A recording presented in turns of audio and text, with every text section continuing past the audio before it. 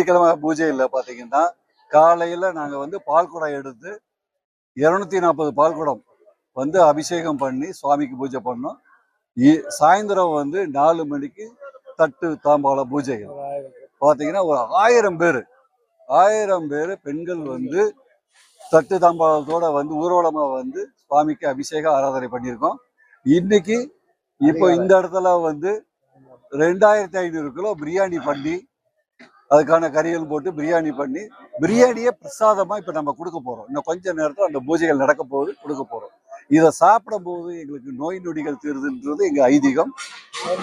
எங்க இந்த டயத்துல இங்க நாங்க எல்லாரும் ஒன்னா கூடும் போதுதான் ஒருத்தருக்கு ஒருத்தர் கலந்துக்கிட்டு பெண் பார்க்கறது மாப்பிள்ளை பார்க்கறது அந்த மாதிரி கலந்துரையாடல்கள்லாம் இன்னைக்கு நடக்குது. இது மூலயமா கல்யாணங்கள் வர கூடுது. இங்க சுவாமியை நினைச்சு நம்ம என்ன வேண்டிக்கிட்டு செய்யறோமோ நேர்த்தி கடன்கள் அது எல்லாமே சிறப்பா நடக்குதுங்கிறது எங்களுக்கு. நாங்க 3 நாள் விடுமுறை விட்டு நாங்க எல்லாரும் இங்க வந்து இருக்கிறோம்.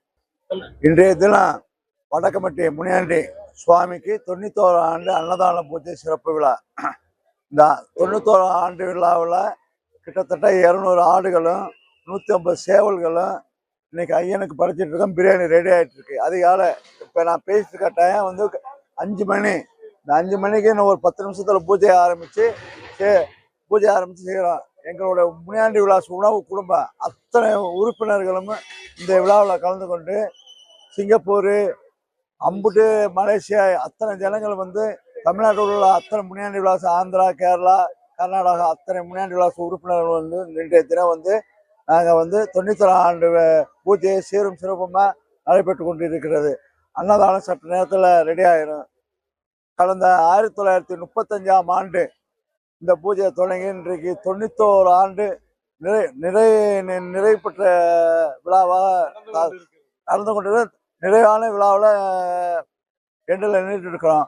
சீரும் சிறப்பாக இந்த வருஷம் சிறப்பாக நடந்திருக்கு. நான் முன்னாள் தலைவர் ராமநாதபுரம் கே கோவிந்தராஜ்.